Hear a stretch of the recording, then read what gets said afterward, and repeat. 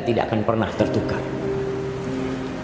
Wa ma min dabbatin fil ardi illa 'ala Allahi rizquha wa ya'lamu mustaqarraha wa mustawda'aha kullun fi kitabim mubin. Rezeki itu nggak bakal ketukar.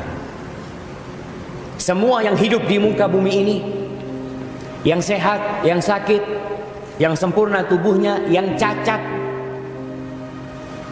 yang manusia, yang bangsa jin, yang binatang, yang serangga, yang tumbuh-tumbuhan, semuanya itu rezekinya udah ditanggung sama Allah Jalla Jalla.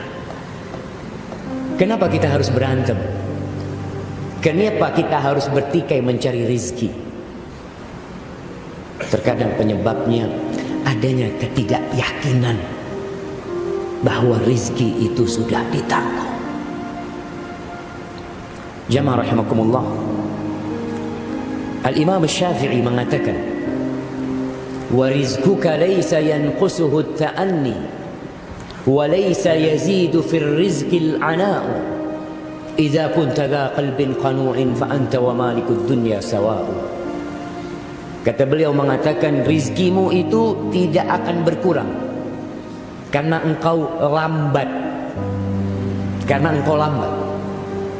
dan rizkimu tidak akan bertambah karena engkau bersegera dan berlelah-lelah. Antum kalau melihat ada orang yang tidak berkeringat kerjanya, tapi sebulan gajinya 10 juta. Ada orang yang sampai berkeringat-keringat sampai gosong kulitnya, gajinya berapa? Sehari cuma 65.000. Kalau rezeki itu ditentukan dengan semangat dan etos kerja seseorang, maka tentunya yang kerja sampai berkeringat-keringat rezekinya lebih banyak. Tukang umpamanya, ada orang yang cuma duduk kerjanya, cuma tanda tangan, saya nggak pernah keringetan, tapi rezekinya lebih banyak. Kenapa? Tadi Allah yang sudah menentukan rezeki kita. 120 hari tatkala kita berada di perut ibunda kita, Allah kirim malaikat untuk mencatat. Dicatat semua, rizkinya dicatat. Fulan nih rizkinya berapa? Dari hidup sampai mati rizkinya umpamanya 200 juta. Sudah 200 juta. Mati walaupun uang yang tersisa 1 miliar itu bukan rizki dia, bukan rizki anak keturunannya. Dan jamaah rahimakumullah, rizki itu sama dengan ajal yang ditulis tatkala kita di rahim ibunda kita. Rizki ajal, apakah dia termasuk orang yang berbahagia atau dia termasuk orang yang sengsara, udah ditentukan. Jodoh termasuk rizki.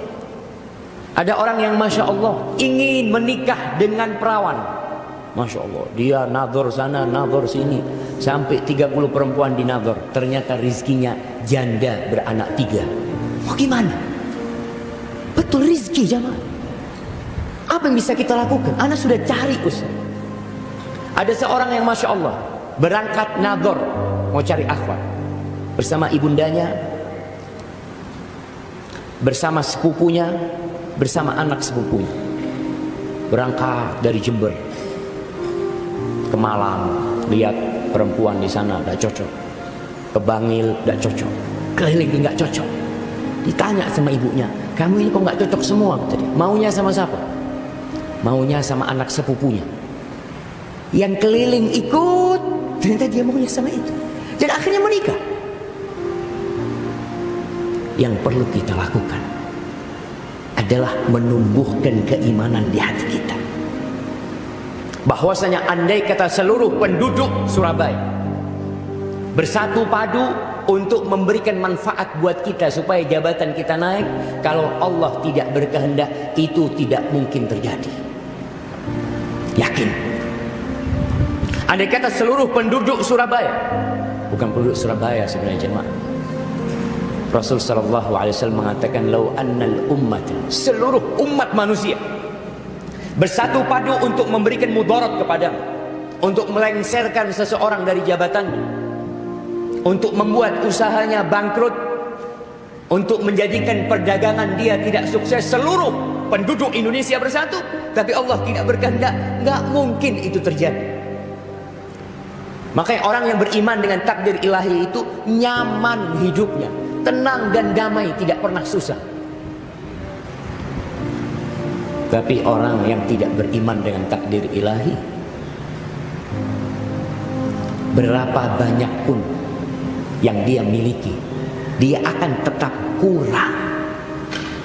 Oleh karena itu kata Imam Syafi'i, "Idza kunta dza qalbin qanu", kalau engkau memiliki jantung yang qanaah, hati yang nerima, fa anta wa malikud dunya sawa, maka engkau bersama raja yang memiliki dunia ini sama.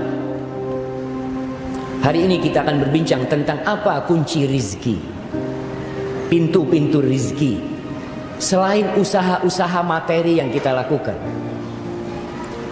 Sekarang orang sekolah di fakultas ekonomi untuk apa? Untuk apa jemaah? Untuk cari kerja. Orang sekolah di fakultas kedokteran untuk apa? Untuk cari fulus, cari harta. Enggak, Ustaz, anak nggak cari fulus, Ustaz. Anak cari apa kira-kira jemaah? Cari fulus. Allah mengatakan al-malu wal banun zinatul hayatid dunya. Allah mengatakan harta dan anak itu perhiasan kehidupan dunia. Yang dalam hati kita telah ditanamkan kalau kita itu cinta sama harta. Zuyyina lin-nasi hubbus syahawat minan nisa'i wal banin wal qanatiril muqantarah. Itu sudah ditanamkan kepada kita. Kalau ada orang yang mengatakan enggak, kita enggak suka sama harta, ya mungkin dia sudah sakit